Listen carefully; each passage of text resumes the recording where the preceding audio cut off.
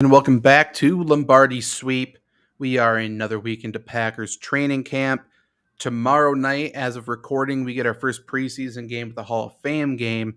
The Packers then get to do family night on Friday, which means they're back in pads tomorrow, Thursday, August 4th. We're starting to figure out who's good, who's not. Helmet pads are on, so it's actual real football now. It's not just catching passes on air. Trevor Land is with me. I'm Zach Bruner. At some point in the show, we're going to be surprised. It's going to be like a surprise party for us with Luke Reimer joining us and then Janet Wilson at some point. It's going to be almost a Ford Fiesta, you may say, which could be our new show coming as soon as I watch Hard Knocks, because I'm getting jacked up with every Dan Campbell clip I see so far. They have Dan Campbell mic'd up every square foot he walks on the campus there in Detroit. He's doing up downs with the mic on, and I better get all footage of that. It's going to be the greatest cinematography of all time, Trevor. I'm so excited. He definitely takes showers with it. For sure. He's like, if I'm on team grounds, they're getting everything. I'm like, no. He's like, yeah. Also, I'm all down for the Ford Fiesta because ever since I started wearing this Brewers sweatshirt again, they've just decided to nosedive their entire franchise. So I'm game. Oh, baseball. That's our MLB chat for the week. That was enough. Maybe. I already got tired listening to it. But yeah, we can talk about Packers. Obviously, pads went on this week. So like I said, anyone who was talking about anything before pads go on that goes for any team, any year, who cares? It does not matter. It's not real football. It's a walkthrough, and some people are going to try harder than the others. Offensive line will never, ever, ever win when they're in walkthroughs because they're not going to hit people.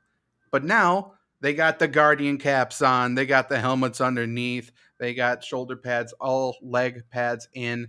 And we are beginning to see who is performing well, who is not. And the one player that has dominated headlines, I think, the entire Packers camp so far, and it's someone we talked about endlessly during draft season, hoping the Packers would draft him, is Romeo Dobbs. He has been fantastic. I believe he ended up going 4th round out of Nevada. We said he's a really good player. He may have to have a learning curve in the NFL. I still believe that, despite him being a practice MVP. I think there's going to be struggles, unfortunately. But he looks just as good as we talked him up to be, don't you think? Yeah, and I've always liked him a little more than Christian Watson, just because I think Christian Watson has a higher ceiling. But to get back to Dobbs, I think he's a lot more consistent. I think he's kind of like what's his name for Cincinnati, like a Tyler Boyd type guy, or a T Higgins or whatever, like a guy who's just super solid all around. I like him a lot. The size is there, the intent, like everything you need from him is there. And this is what happens when you hit on your picks.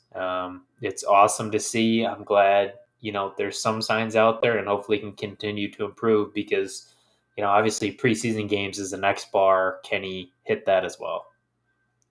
Right. And the good news is he's got Aaron Rodgers on his side very clearly.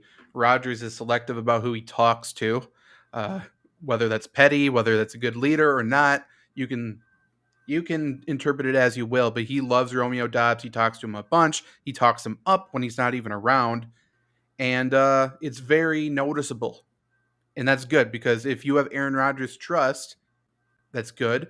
But worse, if you don't have Aaron Rodgers' trust, he's never going to pass it to you. You're probably not going to be on the field. So as Christian Watson, to your point, sits on the sideline right now during practice as he recovers from a knee surgery that no one has figured out is most likely a meniscus. Sorry, spoiler alert, every Packers reporter.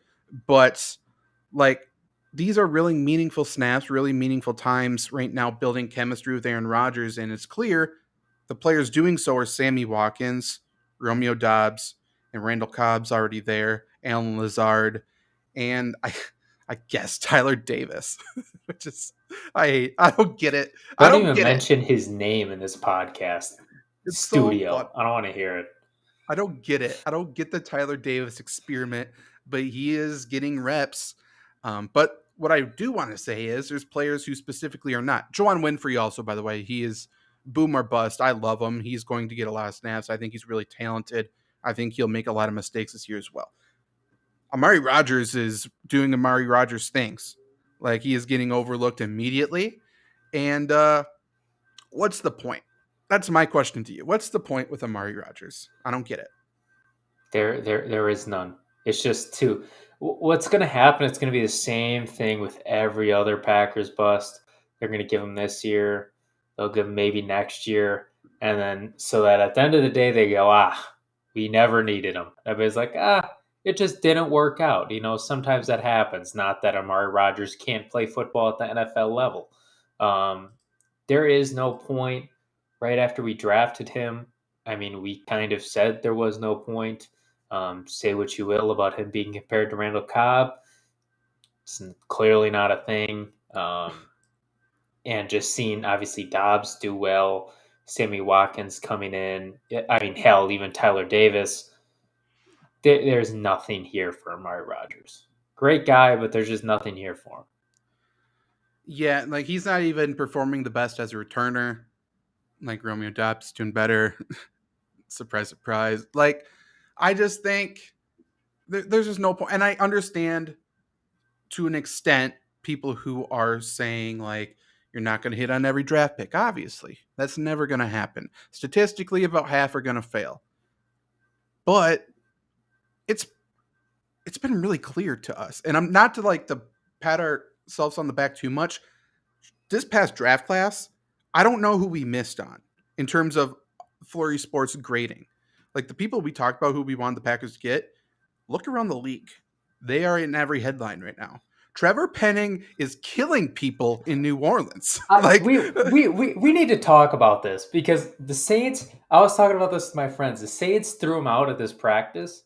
Yeah. Throw out the fucking defenders. Like what? No. What are we doing? You have to throw out Trevor Penning. He is crushing that defense. That's the only reason he got thrown out, because he's demoralizing them. And that's a true thing. I just don't understand it. We talked about this offline. Like I'm not an offensive line whisperer like you are. I've not coached offensive line, but we have talked about it from the very jump. This dude will bury you in the ground. He does not care who you are if you are on the other side. So what happens? He buries people in the ground. People don't like it. It's sad because I still love Trevor Penning. Also, by the way, Saints need to stop calling plays to match him up against the safety or the corners. Like he's finding them and he's killing them. Stop. You're putting Trevor Penning against Trevor Land for FlurrySports, and it isn't working. Yeah, like it's their own fault at this point. But Trevor Penning destroying everybody. I can't even think of everybody else who we talked up. Well, I mean, I will say we did talk up John Mechie, and that didn't end too well. Yeah, so my bad. I didn't do a full scouting best of report. luck to you, Mechie. He's a stud. Yeah, best of luck to him for sure. But to your point about comparing Romeo Doubs, Christian Watson, obviously we haven't seen Christian Watson in pads. We haven't seen him really do anything since North Dakota State when he had the second most snaps out of the wide receiver room there because, he wasn't. I digress. But I think Romeo Doubs, we said it from the beginning, and I don't think this is a knock on Christian Watson. I think Romeo Doubs is the more skilled wide receiver. I think Christian Watson very clearly has the physical gifts to be something special, right?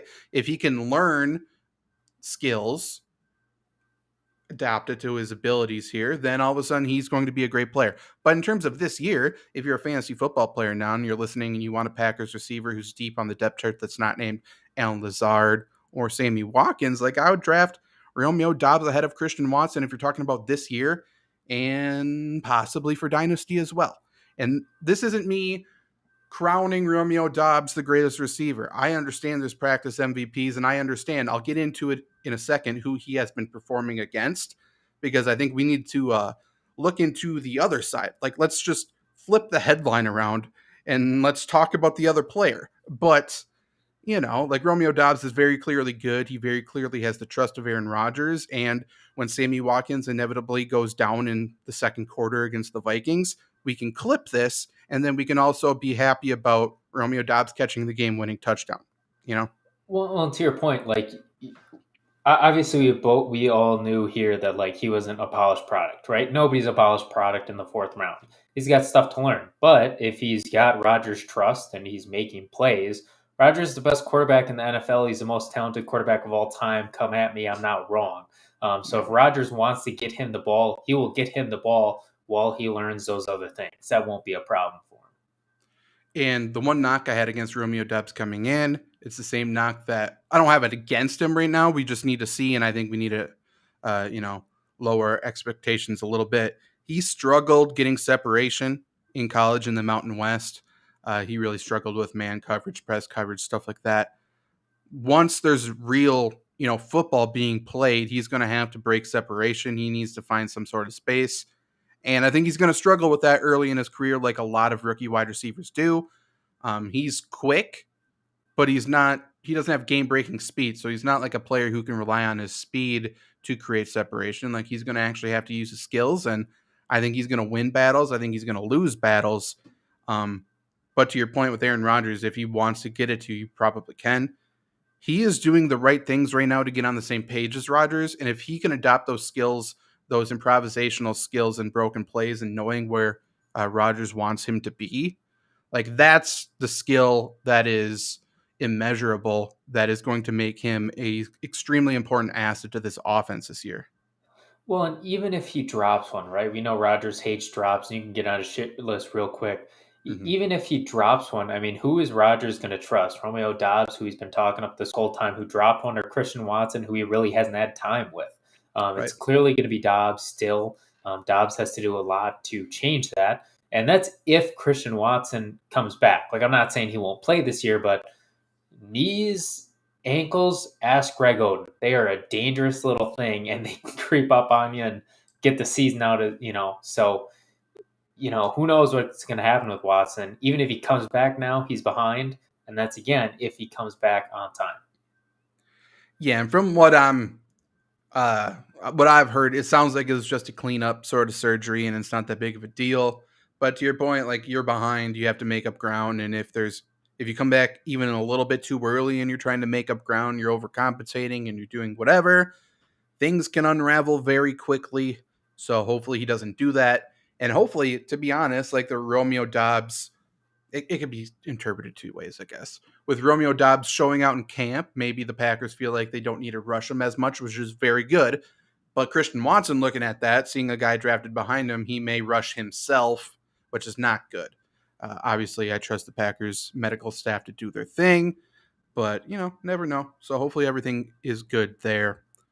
Quick update on David Bakhtiari, since people still don't understand it. His ACL is fully healed. It's a cleanup surgery. He has the scar tissue. It's been rubbing. That creates fluid. That's what it was last year. That's what it was this offseason. That's what it is now. End of update there, because people, I don't understand. Oh, he has an MCL injury? No, that's not what it is. When he says it's not his ACL, it means it healed wrong. Like, you're stupid. I don't get it.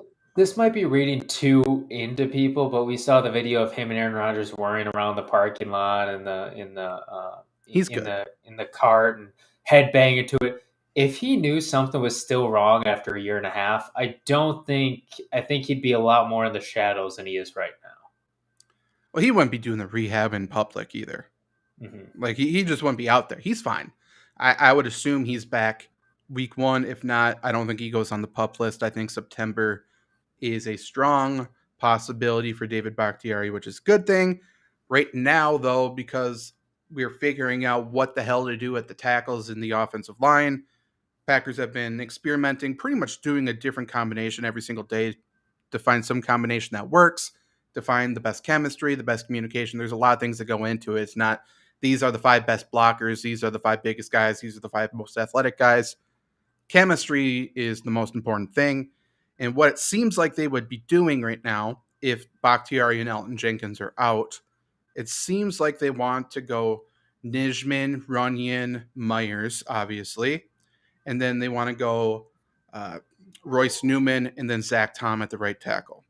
I almost forgot Royce Newman's name. That was like I had like a brief second of like pure bliss. I'm like, I know I hate this guy. What's his name? This makes me very happy. Zach Tom was the guy we talked up again during draft season as well, who I said I really like. I also said I think he played pretty much every position in college, mostly was a tackle. I said he'd be better converted to guard. I still believe that. Packers don't have a fucking choice right now. So as Janet joins us here, ooh, she's kind of I'll put you over here since the camera angle's better. Okay. But I can't hear you, Janet. Oh, shit. Luke's Janet here, gets too. a big screen, not me. What the hell? Whoa. What's going Whoa. on? Hold up. Wait, why are we the two smallest? We showed up on time. This is bullshit. Okay.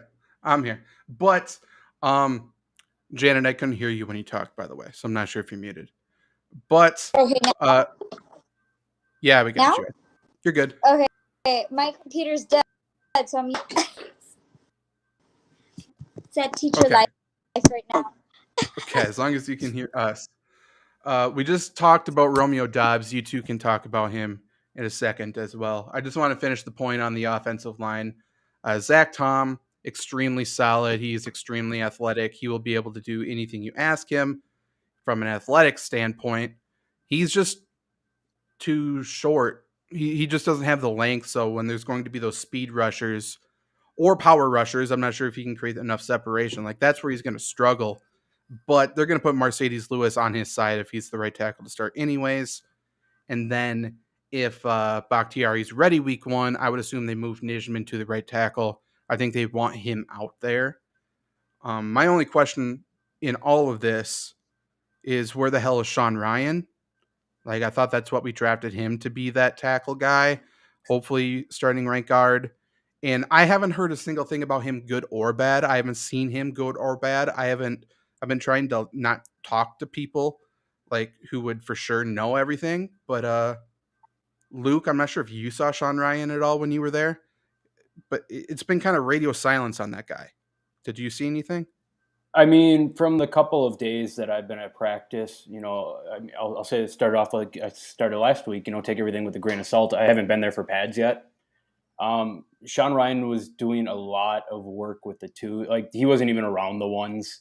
Mm-hmm. I almost wonder, it's almost a developmental kind of thing just to get his feet wet a little bit. But from what I've seen, I mean, I haven't seen anything that stuck out that like, oh, this absolutely needs to be fixed. He can't play. Or I haven't seen anything about him that goes, we absolutely need him to start in the line. With this offensive line right now, it just feels like they're kind of mishmashing a lot of guys, which makes sense with two, probably the two best offensive linemen still out. Mm-hmm. Zach, same here. Even being at practice, I haven't heard much about Sean Ryan. Like writers, I was talking to writers after. Nobody's really bringing anything up with Sean Ryan, and that is a little odd being at practice and not even really seeing or hearing about him as well. Right. Like, even after they drafted him, no one's really talked about him. I think he's a good player. Mm-hmm. I would assume, and this is pure speculation. This is nothing I've been told at this point now.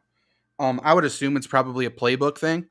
Like he's still learning the playbook and they just don't want to put him in there. They don't want to slow anything down when Rodgers is in there.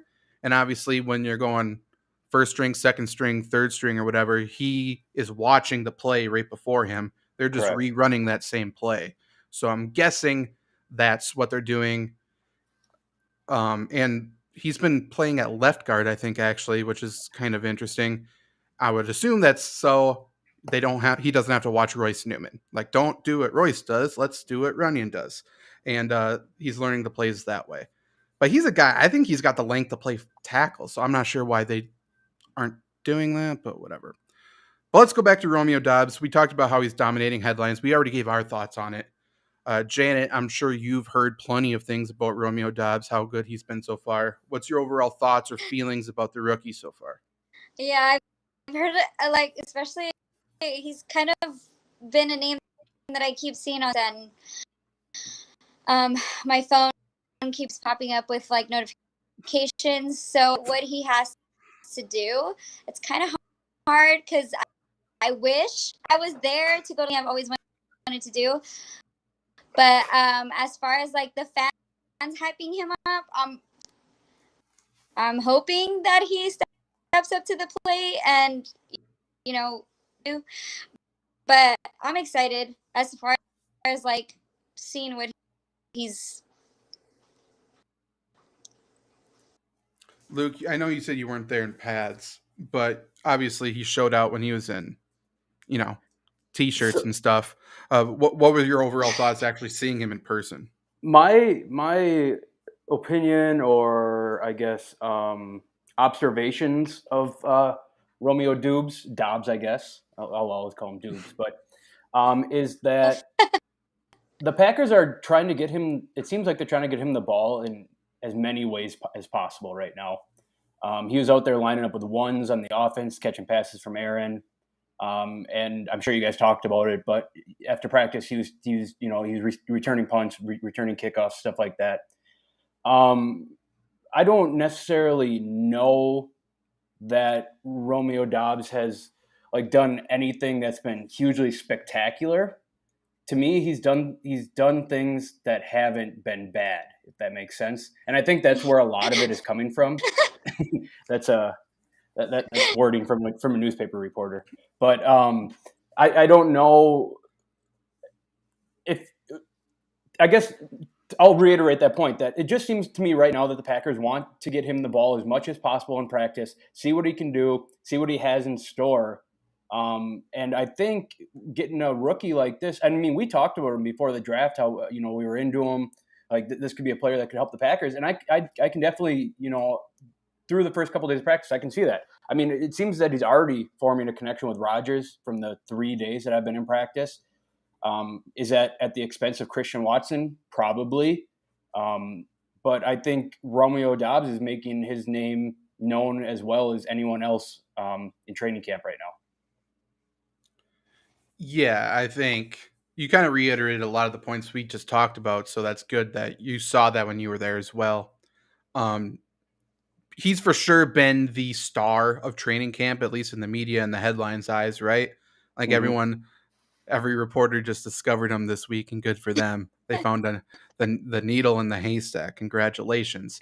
But I think the point of him getting the Packers wanting to get him involved a lot right away, I think is really a good observation. And I would only assume, we talked about last week, I mean, we know who's calling the shots in Green Bay. We know who the head coach is, and that is Aaron Rodgers. Aaron Rodgers is testing this kid. He wants to see what he can do, what he can handle. He quite literally is throwing everything at him as possible and seeing what sticks, seeing what he remembers day to day. And if he remembers everything, if he doesn't make the same mistake twice, that's the shit that Rodgers loves. And clearly Rodgers loves this guy from the way he's been talking him up. So the fact that he's learning all of this shit right now, that's the stuff that Christian Watson is not going to be able to do. Like these snaps, these reps don't come in the middle of the season. Like training camp reps are super, super important for the development of these guys, and Watson's missing out. And to your point, Dobbs is getting them all. Dobbs is getting them all. Dobbs is thriving. He is doing his thing. Like he's been good. Yeah, I mean, right now, Dobbs is taking the opportunities that are given to him. I know everyone talks about it getting the NFL, and he right now. It's coming to life. He's proving to seize the opportunities. I think more so by not screwing up as opposed to being a Calvin Johnson or a Larry Fitzgerald or a guy like that. So Zach, would you say that Dobbs is the JD to Aaron Rodgers' Dr. Cox? Kind of, yeah, a little bit, in a way.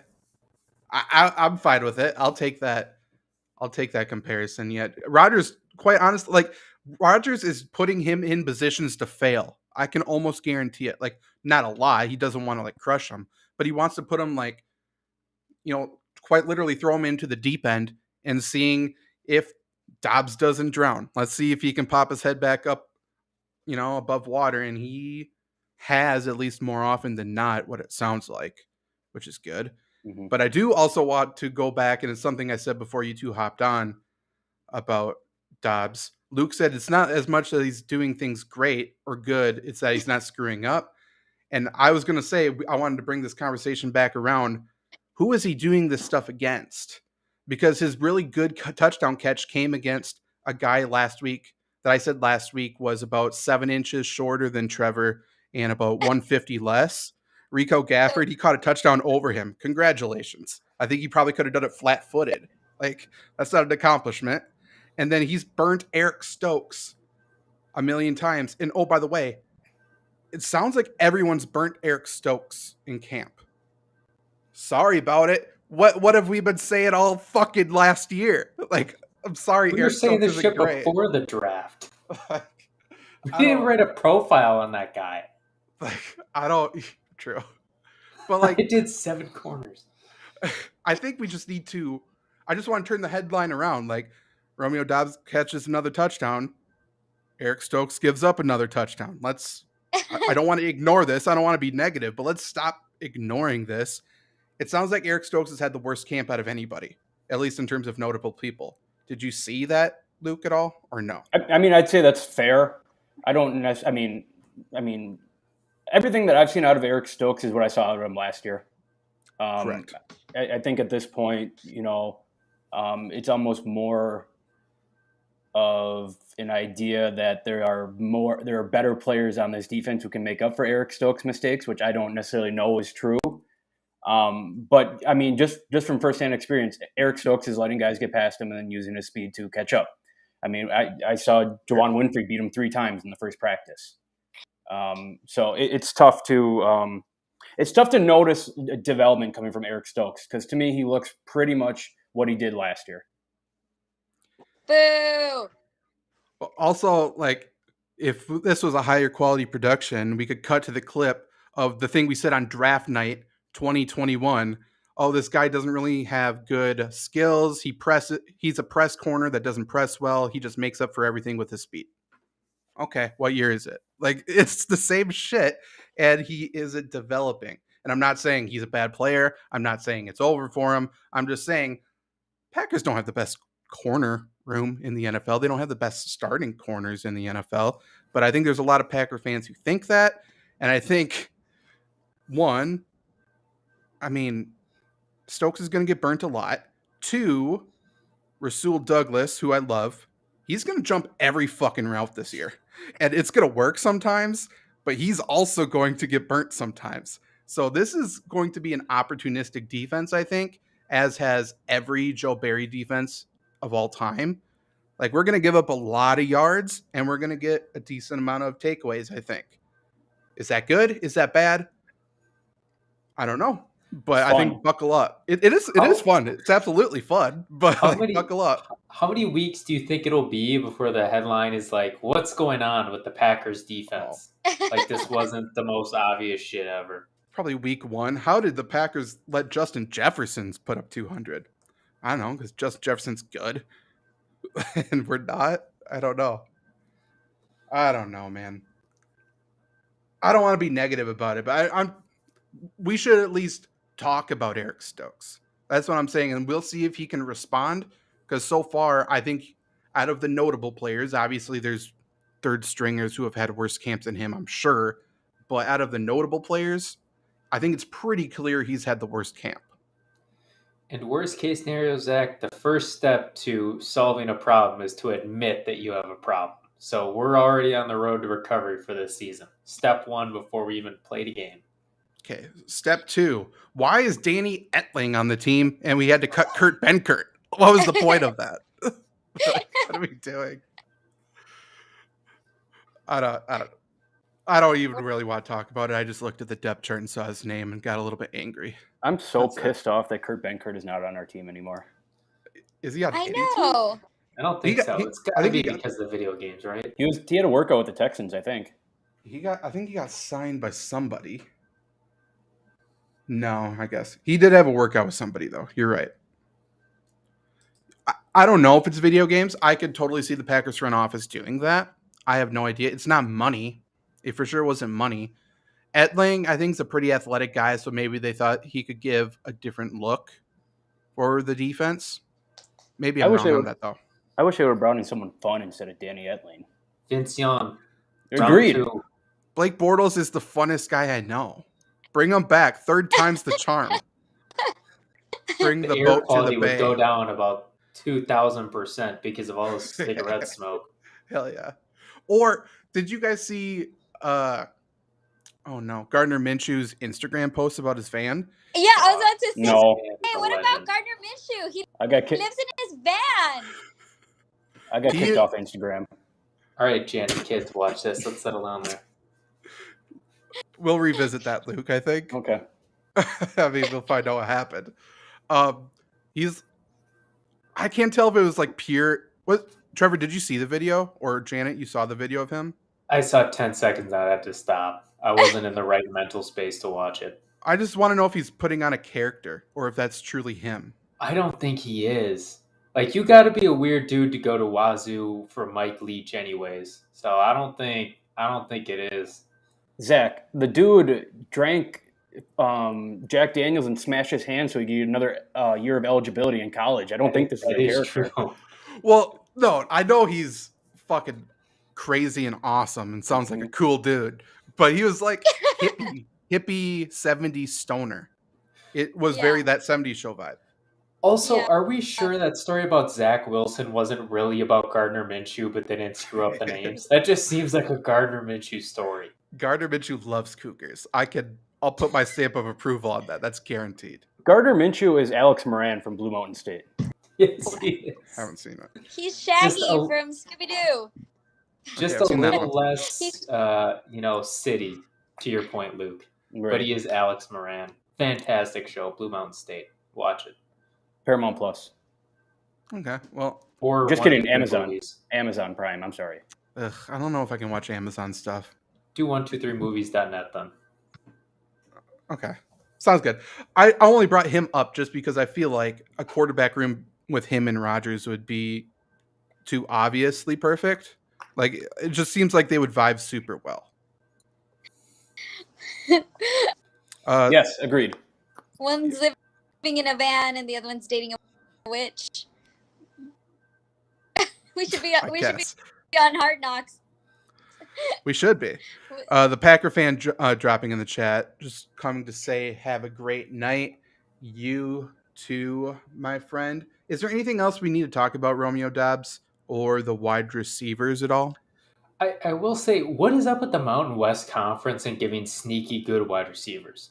Like, they don't ever have, like, number one wide receiver in the class, but they always have, it seems like, 1 to 2 in every class where it's like, this dude should not have been playing in the Mountain West. Like, he's not, Alabama number one prospect, but Mountain West just has a knack for getting some of these guys to perform at the next level. I don't know what it is, but shout out to the Mountain West.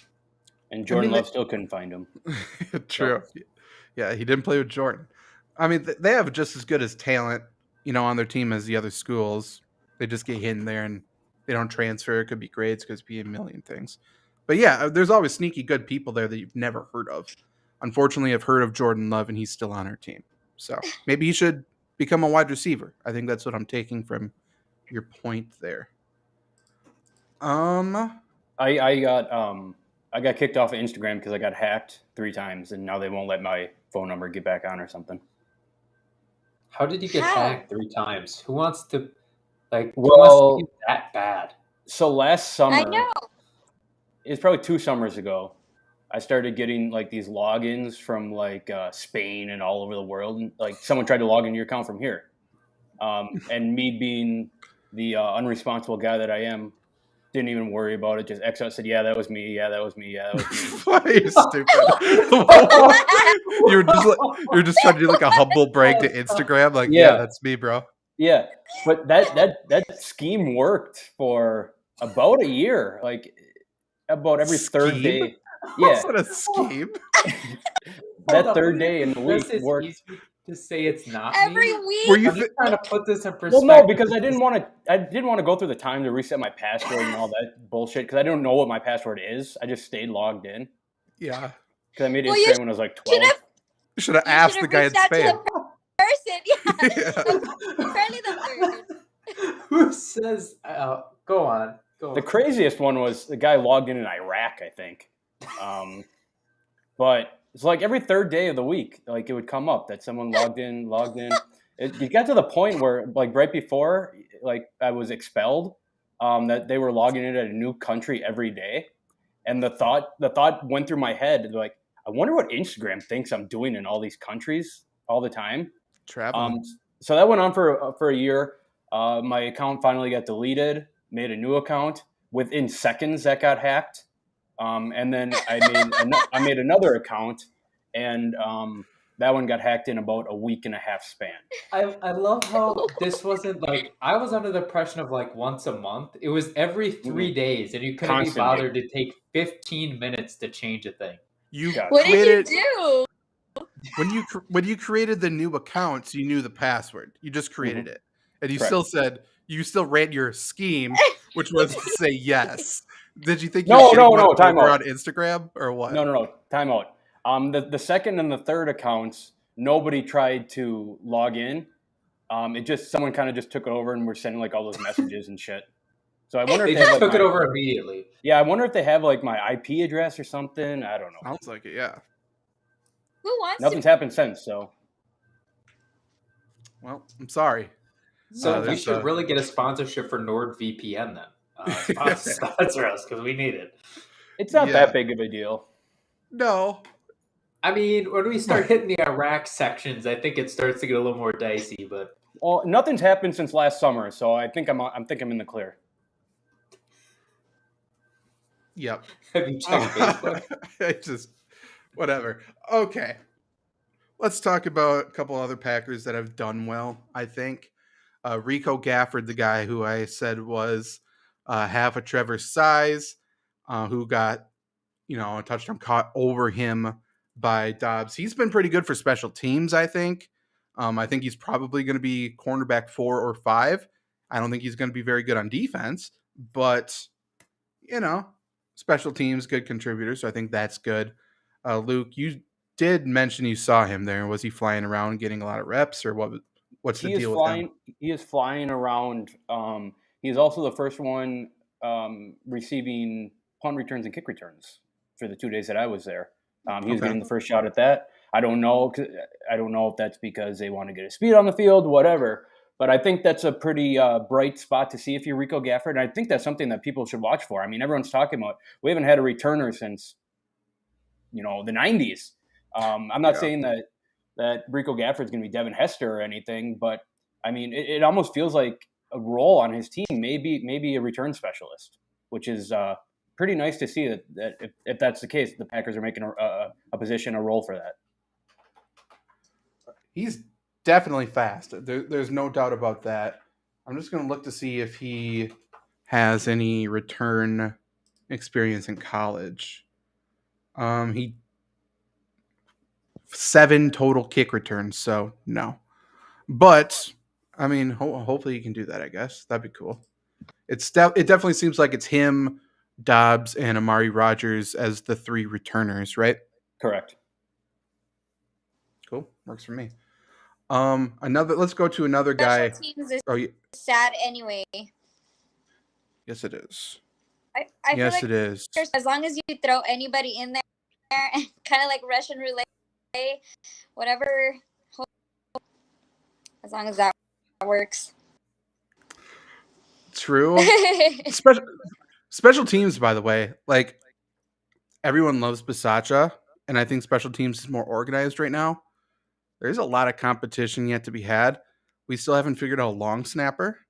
No one has ran away with that role. Obviously, Mason Crosby's not there. He's out hurt, and the rookie has been looking good.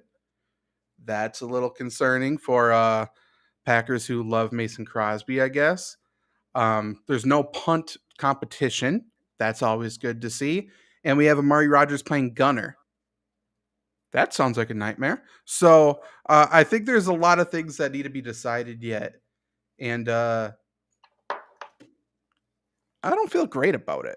I'm not sure what your thoughts. Like Luke, I'm right when I say that Bisaccia definitely ran a more organized practice, I would assume, right? Mm-hmm.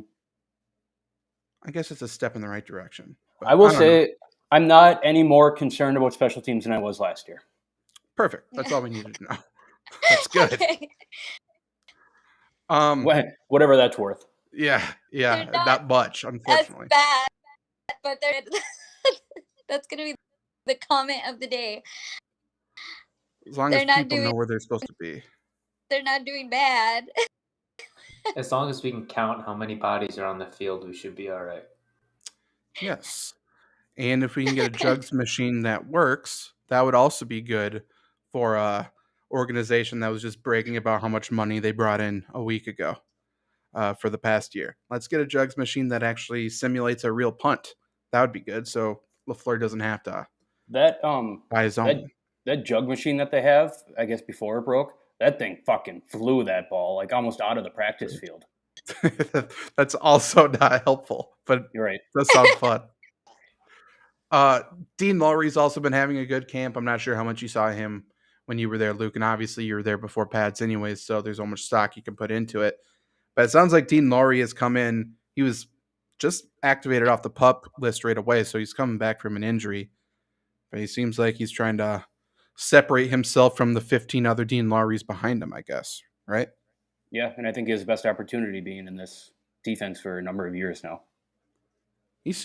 I like Dean Lowry. He's fine. Like, I don't know. I agree. Full 180. I love Dean Lowry. This bastard better never leave Green Bay. People can change, damn it. Dean Lowry's a stud. True. This man a lifetime contract. He's great. Love him. Did you see Slayton? Daryl Slayton, was he breathing okay, Luke? He was breathing great. Awesome. I was in the locker room after, and the guy looked incredible. He's a specimen, I guarantee it. Yeah. Awesome. The only other player I wrote down under the good section, you guys can add some after. Rashawn Gary, obviously. People are talking about him as they always are. They were talking about him more when there was no pads on. And as I said to start the show, offensive line is going to lose that matchup every single time when you're in T-shirts. It makes no sense to grade people on that. But Rashawn Gary's been looking good. People have been going as far to say that they think he could be a Defensive Player of the Year candidate. I'm just citing Packers reporters who know nothing about football talking about it. But it's good that he might be more athletic this year. I don't know. Luke, did you see anything? In LaFleur's presser Friday morning, I don't know if you guys watched that or not, he had mentioned that Rashawn Gary kind of brings the energy to this defense. Guys play better around him, which I'm sure they do. Mm-hmm. But LaFleur made a comment saying that I hope he doesn't I don't know what the right words. No, I hope he doesn't to paraphrase, I hope he doesn't, get the spirits of the offensive line down. Yeah. And that was obviously, I think he was on the left side of the defense on Friday. You look at he was going against Royce Newman. Correct. Yeah, I saw it. Is the point I was trying to make here. It's just interesting to hear that from Matt LaFleur because it seems that he knows that this offensive line has to do a lot of work. I'm not trying to get away from Rashawn Gary, but it seems like he's aware that, the Packers are going to have to do something with David Bakhtiari and Elgton Jenkins out. So I'm almost wondering if Rashawn Gary, of course, Rashawn Gary dominated in practice is great. But I'm almost wondering how much that helps the offensive line. Because when I talked to Rashawn Gary after practice, and he had mentioned that, I asked him, whatever year he is, he's kind of getting into that veteran, almost to the veteran stage here. Yep. He had mentioned that he's trying to, offensive linemen are coming up to him asking him for tips on what they should do. So I don't know if that speaks volumes about Rashawn Gary or volumes about our offensive line, but I think there is a glimmer of hope there for Rashawn Gary. I can't see him being Defensive Player of the Year, but I can see him being better than he was last year. He's also bigger. I mean, you can tell he's put on muscle. Yeah, I mean, does it say more about the O-line or Rashawn Gary? I think it says, something about both. Right. I think he's probably gotten better, and I think he's very clearly Rashawn Gary is a hard worker, and he puts in a lot of work in the offseason. Obviously, like when the Packers drafted him, he was cited as a bust and not a hard worker and all of that, injuries and blah, blah, blah. He certainly overcame that. As much as I'll just say I specifically criticize him on this show. I think he's a good player. I just don't think he's one of those top tier guys, but hopefully he turns into that. But is it a good thing that he's demoralizing the offensive line and exposing stuff? I will say yes, because Royce Newman was running at right tackle for a lot, and then all of a sudden he got kicked back to right guard. Thank you, Rashawn Gary, for that. Now Zach Tom's out there, and all of a sudden Rashawn Gary hasn't been heard about quite as often. But that is a real thing too, by the way. Like, you have these young guys trying to learn the position out there, get their feet wet in camp, playing with Aaron Rodgers for the first time, talking about Zach Tom and some of these other young linemen. Like, they can for sure get demoralized if they have a couple bad days in a row. You saw that with Jordan Love when he was a rookie at quarterback. Like, he had a couple bad throws. Internet destroyed him, rightfully so, and he for sure couldn't get out of it. You're seeing it now a little bit with New Orleans. Trevor and I talked about him before you guys came on. Trevor Penning, who we talked up all draft season, who I wanted on the team. He's been starting fights during camp because he's been destroying people. And they kicked him out today, and people are talking about they kicked him out because he's immature. No, they kicked him out because he's killing their defense, and they need their defense to be good. They have to play Tom Brady twice this year. So, like, I think demoralizing and the mental aspect of training camp is actually a pretty big thing. I would agree. And then just to touch on kind of that idea of playing with Aaron Rodgers, this probably has nothing to do with what we're just talking about, but it's on my mind, so I'm just going to spit it out there, see if anyone takes. I talked to Devondre Campbell after practice on Friday, and I had asked him, are you kind of using a leadership role to help Quay Walker along, stuff like that, whatever. And he had mentioned that, I'm trying to do what I can, but really the best experience in the NFL is experience. And he had mentioned going up against Aaron Rodgers, I mean, there's not much better experience than that. So I think from Devondre Campbell's point of view is that, I mean, Packers have a good defense, and it only gets better by going against guys who are better than you, that being Aaron Rodgers. I think his direct quote to me was, if Quay Walker can play good against Aaron Rodgers, he can play good against anyone else in the NFL, which is probably true, right? So it's really interesting to see in these practices how offense and defense kind of indirectly affect each other as we get closer to the season. I think that's a thing that a lot of people miss when they cover these, or nobody really thinks about, maybe Royce Newman or Zach Tom asking Rashawn Gary for tips on what if a guy steps this way, what would I do, stuff like that. It's really interesting dynamic to see in a team making a Super Bowl run. Yeah, and those things clearly relate to each other. Campbell learning from Rodgers, and then O-line, D-line learning from each other. It's just the opposite way of thinking about something. You're studying film on the opponents all the time, so like if Aaron Rodgers beats you, he can tell you something you did wrong, something that you're out of place, so the other quarterbacks don't do that. But it's also a big reason why you see like former offensive linemen, former quarterbacks, stuff like that becoming defensive coordinators. Mm-hmm. Like, they studied the defense. They weren't studying the offense. They've been studying the defense for the most part. They were their entire career looking at them, figuring out the chess pieces to beat them. And then at that point, they have a comprehension of the entire game, everything going on the field. So, yeah, it makes a lot of sense when you think about it that way. But it also, on the surface level, it seems weird. Like, what could Aaron Rodgers teach a linebacker about playing linebacker? Right. A lot, actually. Probably more than what Joe Barry could teach him, which is, thank God,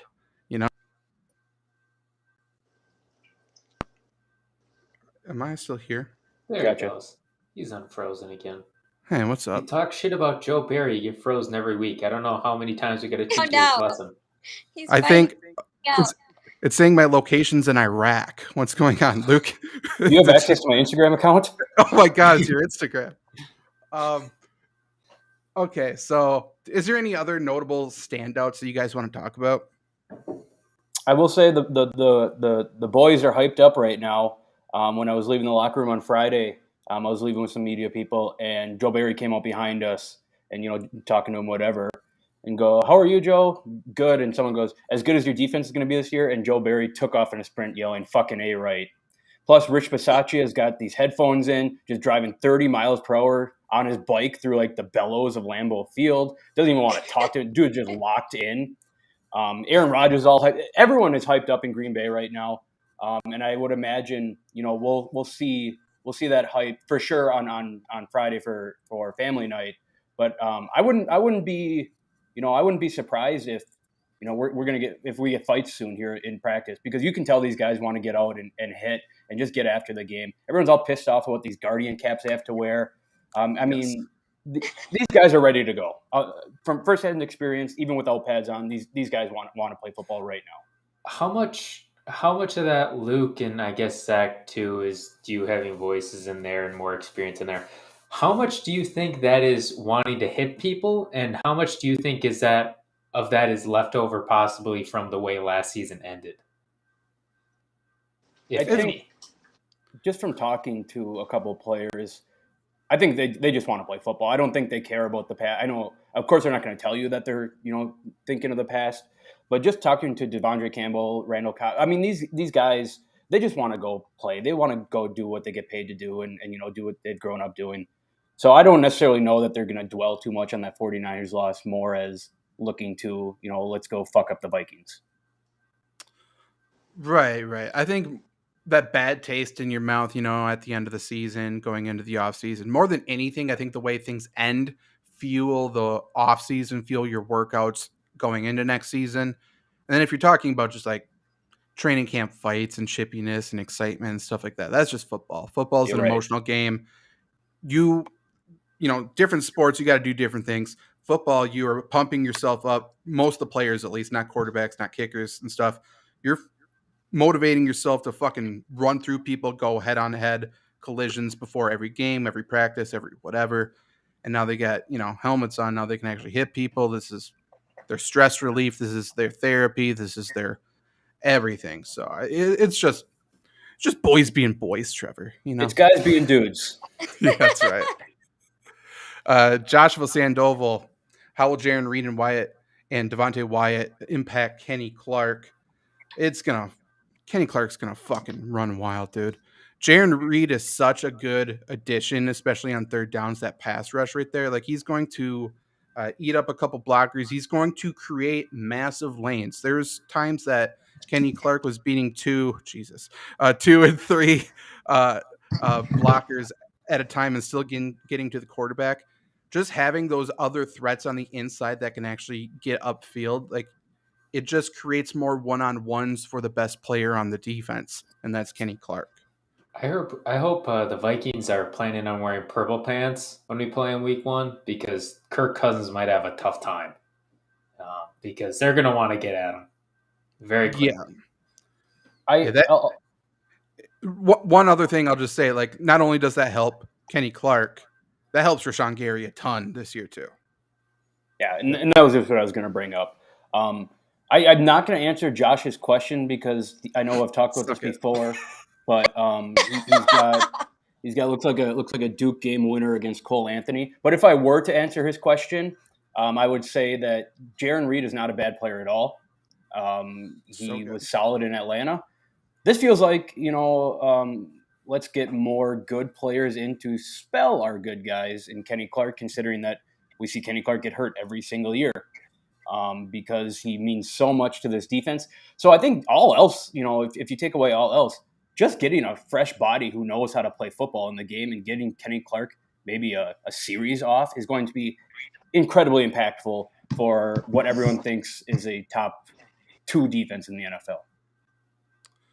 Well, defenses, like especially the D line and the edge rushers and whatever you want to consider that package, like they cycle packages to throw different looks at the offensive line. Obviously, different times in the game, different yards, positions, whatever. They have different guys.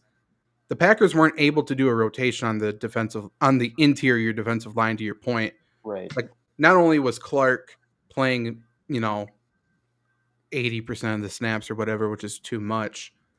Like they didn't have differentiating skill sets either, and I still don't think they do very well. I think Tadarius Slayton is the only true differentiating skill set there from the other 3. The other 3 are more pass rushers, I think, on the interior. But like this defense wants to play fast, and that's the reason they brought those 2 interior guys in. They are very fast guys, and they're going to get after it. Joey Hewlin, do you believe that we will be in more 21 or 22 sets on offense? 21 or 22. I think it would be in more. Not 21.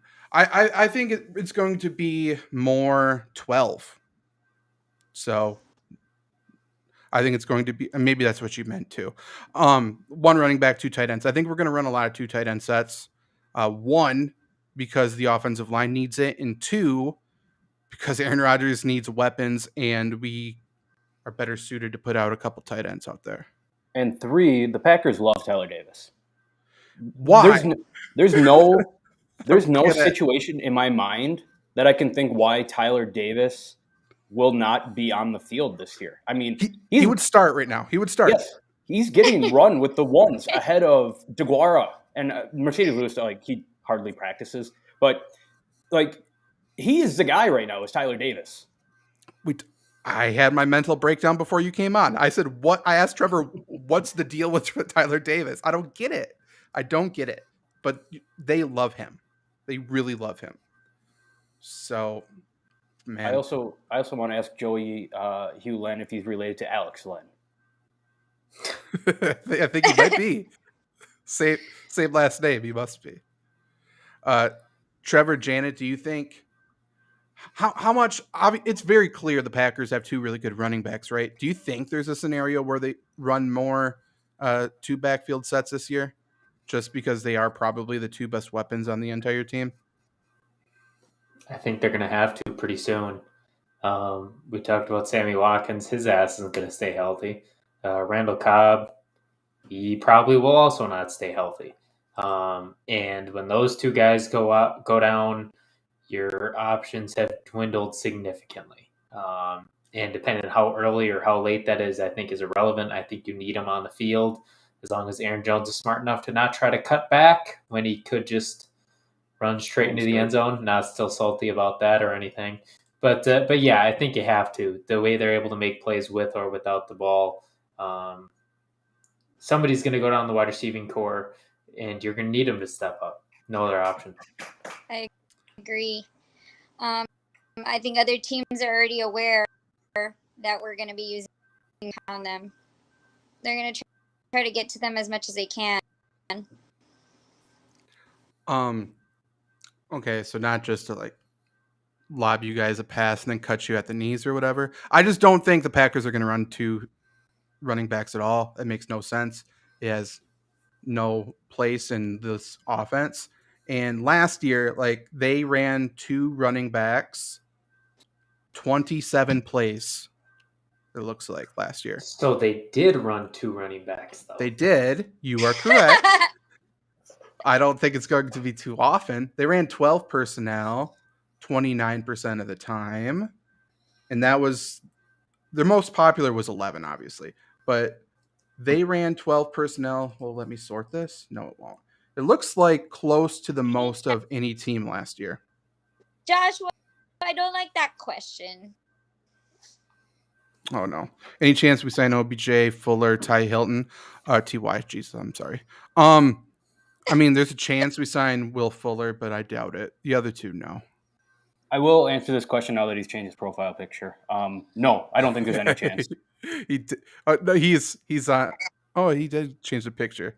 Don't let Luke bully you. No. Oh yeah. I mean, we talked about it 2 years ago, I guess, when Will Fuller was on Houston at the trade deadline. Everyone at this point now knows his connection to LaFleur when he was at Notre Dame. So that's the only reason why I said that, and he's younger, I guess. But like, I think OBJ goes to the Rams. I think T.Y. either goes to the Colts or the Ravens. And I think Will Fuller hopefully ices his knees and prepares for this season after that, I guess. Maybe he should go to either the Colts or the Ravens as well. Ravens need to sign one of those two guys, though. I feel like Will Fuller on Tennessee Titans could be an interesting mix. It could be. The whole thing to me about signing a guy right now is we just put pads on. I don't know that anyone's going to come off the street and instantly be in this offense. Like, I understand mid-season you're going to have to, learn quick, but I don't think the Packers make any huge moves before that because they're setting their game plan right now. They're taking the guys that they're using now and are probably thinking that this is, who we're going to use for a Super Bowl run.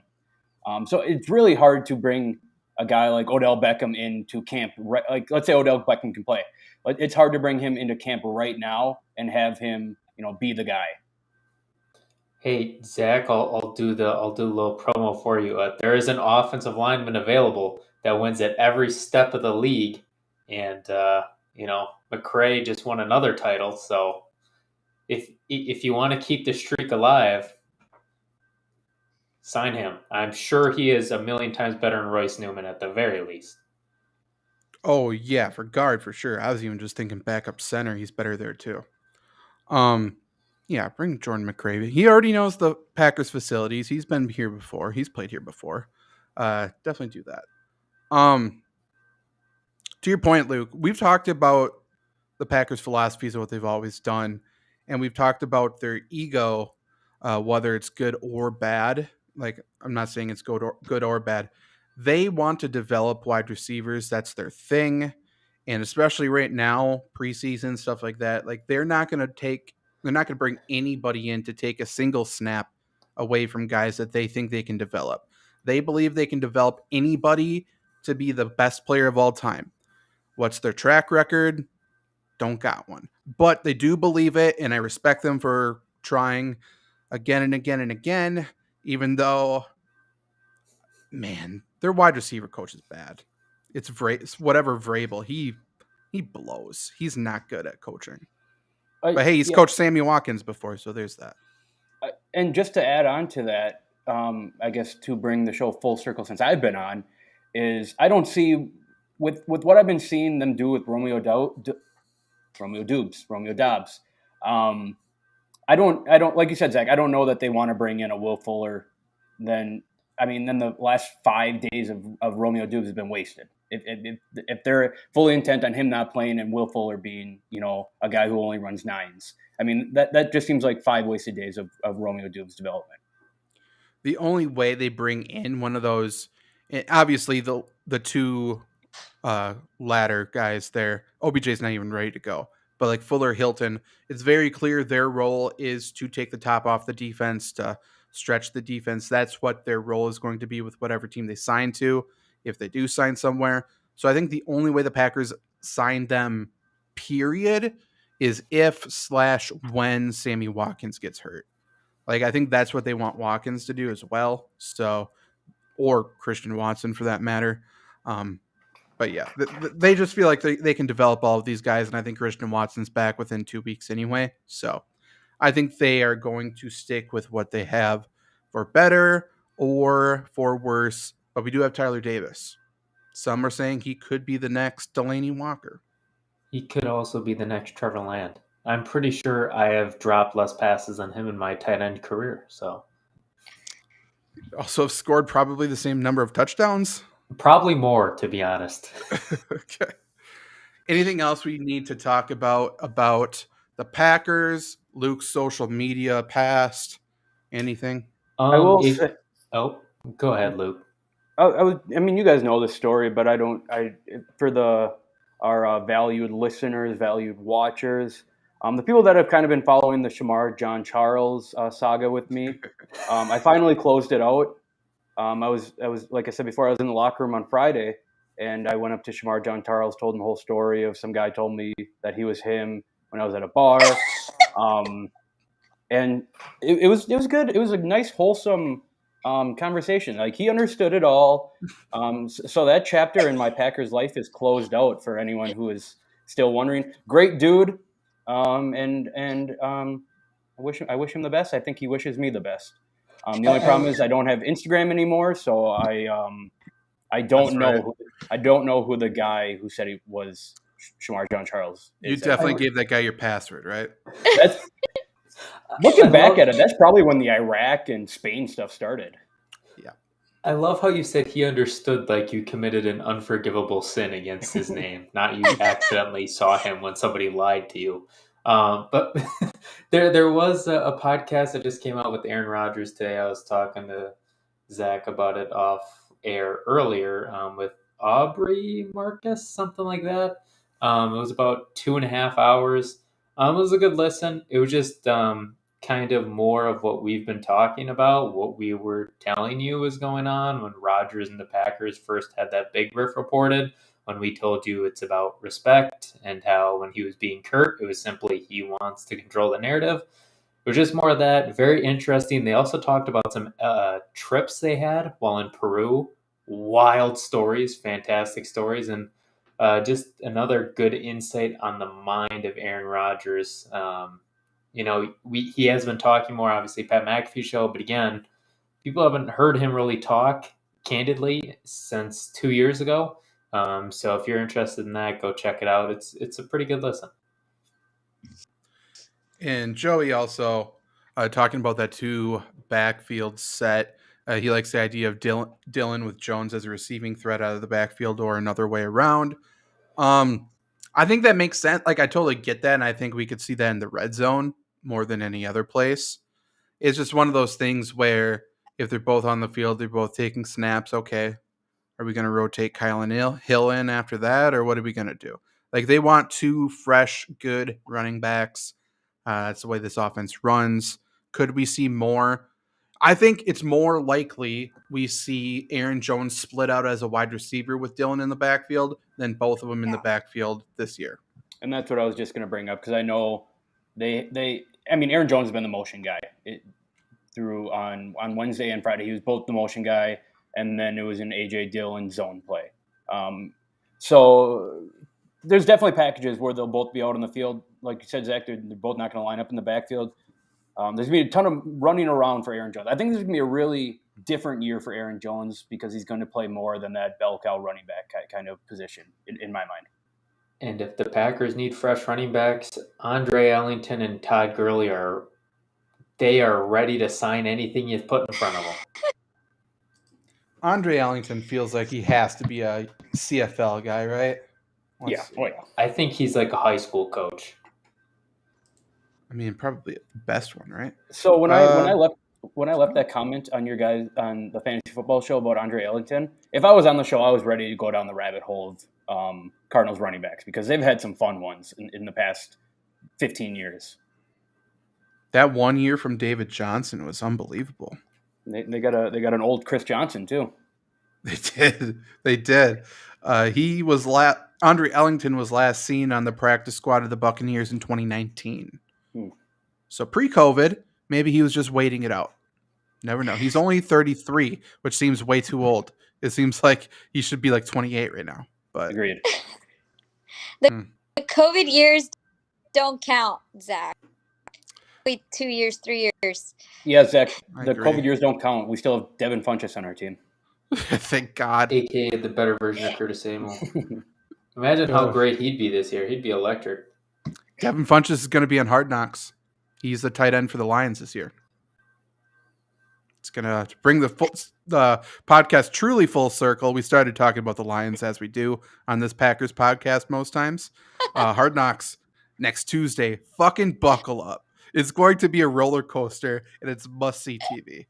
It's going to Tread be awesome. water until we can pounce on them. Fantastic quote. Fantastic. Who's the Lions' first preseason game? Who do they first play? Yeah. Whoever they play, they're going to treat it like the Super Bowl. They're going to beat them by 30. Good luck to them. It's the Falcons. Uh-oh. Don't put Mariota out there. Dan Campbell is going to alpha the fuck out of Arthur Smith in that game. Yes, he is. Who else do they play in the preseason? I got to look at the Lions schedule. They go Falcons, Colts, Steelers. So pretty good. Week 1, they play the Eagles. Oh, boy. Yeah. Good luck. Jalen Hurts might be done for the season. There's actually a legitimate chance they start the season 3-0. Their schedule gets easier after their first 3 games. So, yeah. Zach, we talked about it on talking about the bets. I mean, the Lions over-under is 6.5. And they play like the Jets, Giants, Seahawks, Commanders, Bears twice. That could be 6 wins right there. Yeah. And they play their hardest game of the season's on Thanksgiving, and Dan Campbell's not going to lose on Thanksgiving. So sorry, Bills, you're not going to have a perfect season. The dude wants that turkey leg after the game. I was going to say he's going to be eyeing that turkey leg there. 100%. Yeah, Lions, they also play the Jaguars. They play the Panthers. Yeah, they play terrible football teams. Also, if you're watching and you're interested, let us know if you want us to go to Ford Field for the Packer-Lions game. Legit. We will deeply look into that before the tickets skyrocket in price. November 6th. Might have to do it. Okay, but yeah, this is Lombardi Sweep. For those watching on YouTube, make sure to subscribe hit the notification bell. We go live every Wednesday night with this Packers podcast. If you want to comment other Packers topics or other NFL, fantasy football, NFL betting topics you want us to make videos about, go do streams about, absolutely let us know. Luke, are you confused? No, sorry. Oh, okay, you look confused. Long day. Okay, you're good. But yeah, let us know, and we will be back again next Wednesday live here on the FlurrySports YouTube, Twitter, Twitch, and the Lombardi Sweep Facebook, which you should also like. We're almost at 1,000 likes over there. So yeah. I have a new teeth fact. Oh, okay. Janet's been saving them up. Go ahead. Well, I just complete shock. You're not supposed to spit out the toothpaste after you brush your teeth. You keep the toothpaste in your mouth. That sounds I don't think so. And it's supposed to like dissolve into your teeth? Yeah. This might be the last week we do a Janet tooth fact. I think you're just making shit up. It's supposed to like lace your teeth with like a protective coating. And when you rinse that coating off. So we've been just fucking around for like 50 years or whatever. The motions. This is stuff Big Toothpaste doesn't want you to know. They want you to keep spitting it out because then you have to. Okay. We're onto something. I don't know about that. Don't count me in on this one. You know what? I'll ask my dentist. I got an appointment like in 3 weeks. I'll ask them. They won't. Ask him. Why would they? Why would they tell you? They want you to get cavities and shit like that because then you have to keep coming back in. I can just bite his hand until he tells me. You know what's really good for teeth? It's actually Coca-Cola. Swish it around. Just hold it in your mouth for a couple hours. That's what they really like. Did you know it's better to chug soda than to drink it regularly? I'm sure, yeah, because it doesn't erode your teeth the entire time. Yep. I used to shotgun root beers. So if you're gonna drink something, do it fast. That's it. That's the show. That's the closing.